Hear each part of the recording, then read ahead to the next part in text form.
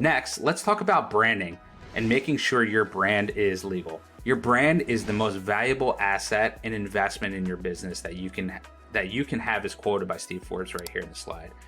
If you spend thousands of dollars and months building a brand, marketing, building a website, only to find out that you don't have the rights to use that name and you have to start over, that would be horrendous. What would you do? Would you even start over, or you just walk away? Don't let this happen to you. If you take the right steps, choose a strong brand name, and make sure you have the right to that brand name as well, you can ensure that the most valuable asset you have is protected. So given all this, what are we going to learn?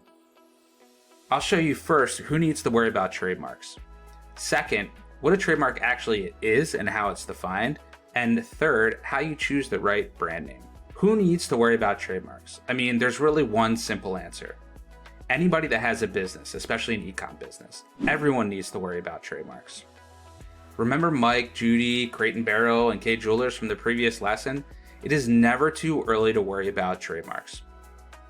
Online spending is set to hit $1 trillion this year, just in the US alone, which means more and more e-commerce sellers are entering the industry every day. Protect your brand against ever-increasing seller pool, and this is how you do it. Now that you know all the e-commerce sellers need to worry about trademarks, what does the word trademark even mean? The boring definition is it's any word, slogan, symbol, design, or combination of these things that identifies the source of your goods and distinguishes them from the goods and service of another party. Well, what does that really mean? It means it's your brand for your goods and services. Anything that identifies your brand could be the words of your brand, your logo, your colors, smells, sounds, or anything else. So I usually receive 2 questions relating to the meaning of a trademark. First, can I trademark my business name? Yes and no. If your business name is the same name as your brand name, then yes. A lot of my clients confuse their brand name with their business name. They're not necessarily the same. So your LLC name could be Evan Sauer LLC, for example, but your brand name could be Ecom Lawyer, for example. It's whatever your customer used to identify your brand, what you hold yourself out as to the public. The second question I get is, what's the difference between a trademark, a patent, and a copyright? The simple answer is they protect your business and your products in different ways. We already know that a trademark is your brand. A patent protects the utility or the design of the product, and copyright protects the content and the original work of art or expression. You can have a product that has all 3 protections. Let's take example. What about like a Shark vacuum? So there could be a trademark for the name Shark for a particular vacuum. There could be a patent for the invention and design of that particular vacuum. And there could also be a copyright for the content and videos associated with the marketing of that product. So we talked about the why you need to worry about the trademarks and the what. Now let's discuss how you actually go about choosing the right brand name. The first step is to choose a brand name that can actually be protected and prevent others from stealing it. The best way to do this is by choosing a name so arbitrary and unique that it does not have anything to do with your products you sell or intend to. I know this sounds scary. How will your customers find you if your name is so arbitrary? But look at brands like Nike and Adidas and Haagen-Dazs and Amazon and Apple. They have nothing to do with what they sell. 2 reasons to choose a strong arbitrary name. The first is the likelihood of someone else having it is slimmer. And the second is if you will have a better chance of actually being able to trademark your brand name with an arbitrary name. Because the most common reason a trademark is refused or an e-commerce seller is sued for IP infringement is the likelihood of confusion. You cannot have the same or similar brand name to somebody that's selling the same or similar products. So how do we get around this? By choosing a strong mark. You want to choose an arbitrary name because not all names can be protected by a trademark. If you look at this chart, it describes the least likely type names to be trademarked to the greatest chance. So let's start with the least likely. A generic mark is not a trademark at all. Your name is a generic term for a product you are selling. For example, if your brand name was Apple and you were selling the fruit apples, you could not trademark that. It's just a definition of what you're selling. Side note, my wife hates this example because I use it multiple times a day on calls with clients. So you can't have a generic brand name. If you want to have a trademark rights to it, the next level is descriptive. Descriptive names are also poor candidates for trademark protection. It's descriptive if it actually describes what the product is, what it does, who it's for, or any major component of it.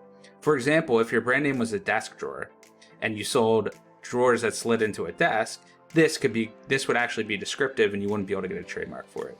Third is suggestive, and these marks are a little stronger. they kind of hint at what the product is without actually showing what it is. Take, for example, the brand name Chicken of the Sea. It suggests an image of the type of product, but it doesn't actually indicate what that product actually is and what is being offered. And then the last is the arbitrary. Arbitrary names offer the greatest chance for trademark protection. If we use Apple as an example again, but this time instead of selling fruit, I sell computers, the name is so arbitrary and unique as to the products I sell, it has nothing to do with the product that I sell. We can get trademarks because it's so unique. Now that you have a strong brand name, the next step is to do a search to make sure that nobody else has the rights to that name. Again, the most common reason a trademark is refused when you go to register it is the likelihood of confusion. What this means is that your name is the same or similar name to someone else selling the same or similar products.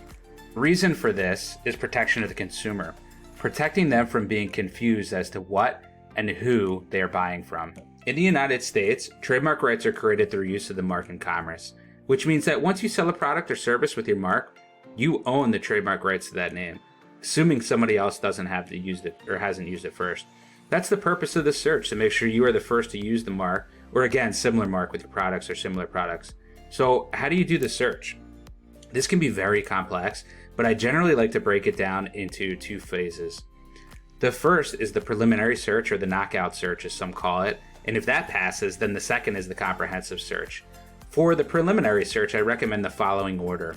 Also, the Land My Brand ebook that I created will walk you through each of these steps. So if you don't have it, let me know and I can email it over to you. So the first step in the search, the preliminary search, is go into Google or your preferred search engine and simply type in your exact brand name in quotes and click search. If your name pops up and is associated with the same or similar products, you should choose a different name. You know you can't use it. If it does not, then the second step is taking out of the quotations and search again for any similarities. When comparing your mark to similar marks, think about all the possible variations. Look for misspellings, check for vowel substitutions, check for consonant substitutions, and look for word and number substitutions. Again, look for similar goods. This is one of the requirements for likelihood of confusions. So you're going to narrow your search to the marks for goods and services might be competitive to yours. Ask these questions. When a consumer knows what goods and services you offer, what other goods and services might they reasonably expect you to offer? What goods or services do your competitors provide that you don't? In a department store, what products might be displayed in the same aisle as yours? What other products are commonly used with yours? So here's a summary of how to assess the other marks. If a mark is identical or very similar and goods and services are the same or closely related, then the mark is definitely relevant to yours. If the mark is identical or very similar and the goods and services are somewhat related, then the mark is probably relevant to yours. If the mark is somewhat similar and the goods and services are the same or closely related, then the mark is probably relevant. If the mark is identical or very similar and the goods and services are unrelated, then the mark is possibly relevant to yours. If the mark is somewhat similar and the goods and services are somewhat related, then the mark is possibly relevant to yours. If the mark is somewhat similar and the goods and services are unrelated, then the mark is probably irrelevant to yours. And if the mark is not similar and the goods and services are unrelated, then the mark is irrelevant to yours. So if you don't find any similar hits, you can now move on to searching domain names.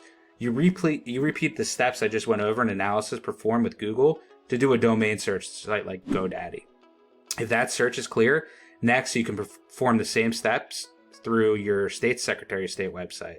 This will ensure that your mark is not taken at the state level. The final step and the most complex is searching through the United States Patent and Trademark Office, or the USPTO for short, through their online portal.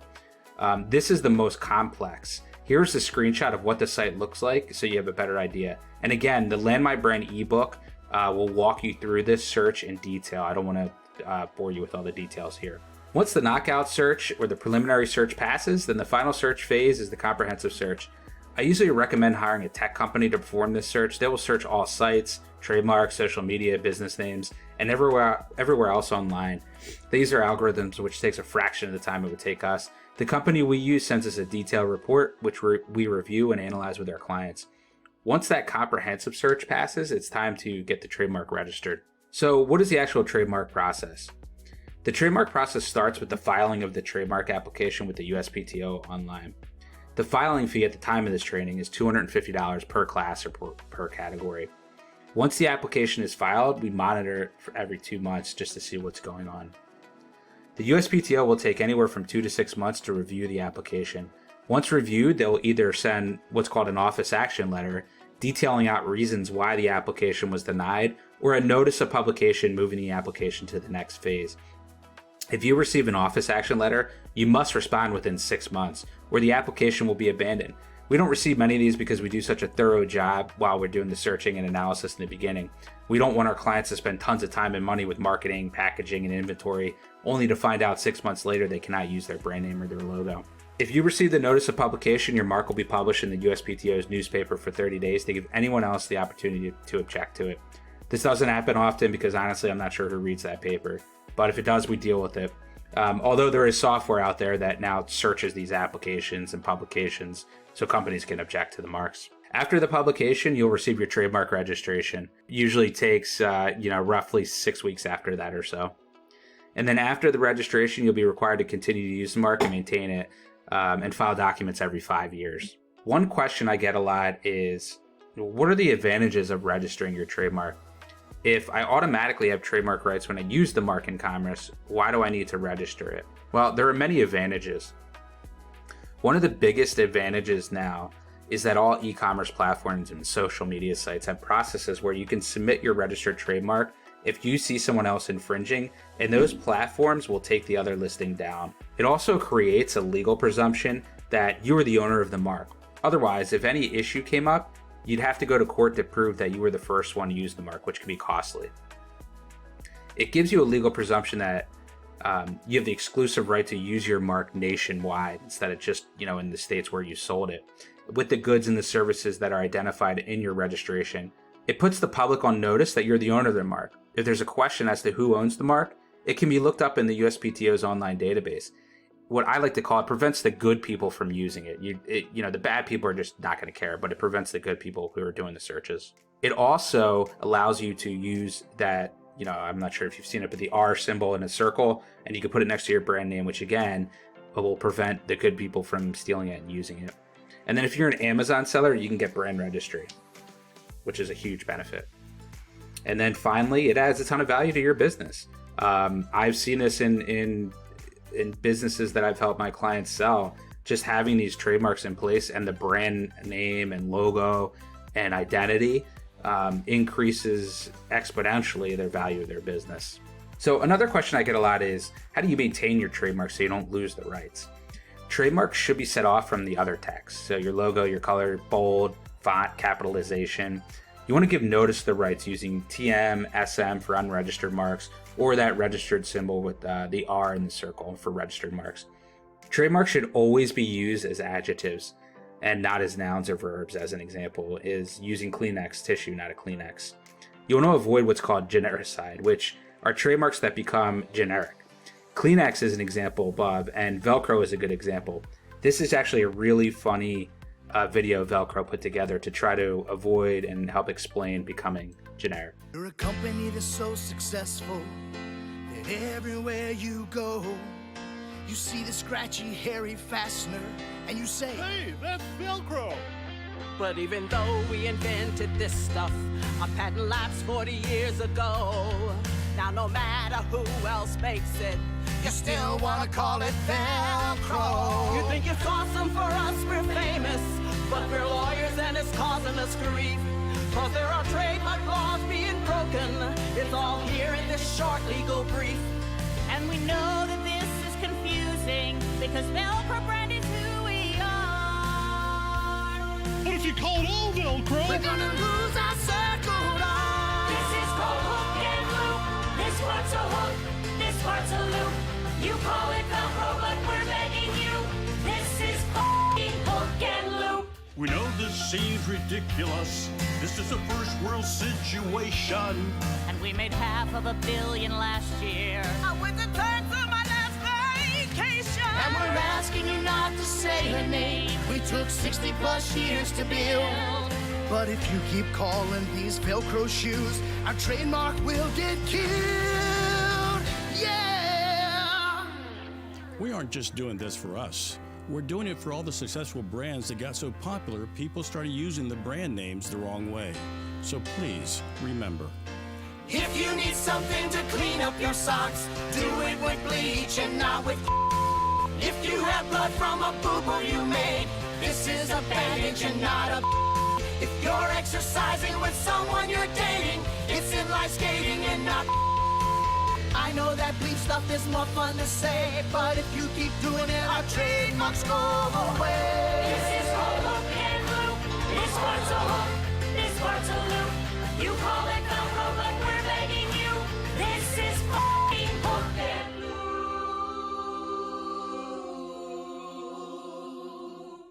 So I mean, I love that video, but it's actually it's funny, but it's a really good kind of representation of the becoming too generic, and they're trying to fight against that. Moving on, you also need to police your trademarks. You have an affirmative obligation to police and monitor others from using the same or similar marks, which is what Velcro is doing there as well. There are companies you can hire to do this. Failure to enforce may weaken your mark or render it invalid. So monitor your competitors, counterfeiters, and hijackers. You know, so what happens if you find somebody else who's actually infringing on your mark and using it and they shouldn't? How do you fight or do you defend that? You can do it in multiple ways. You can do cease and desist letters. Sometimes they work, sometimes they don't. You can sue in federal court. You can file a petition with the Trademark Trial and Appeal Board. If the other party filed a trademark application, you could try to prevent them from getting it or have the USPTO remove it. You can force the other party to turn over their domain if it's too close to yours. It's called a domain name dispute resolution. And you can contact website hosts requesting a takedown of the listing, which has become very successful for us with our clients.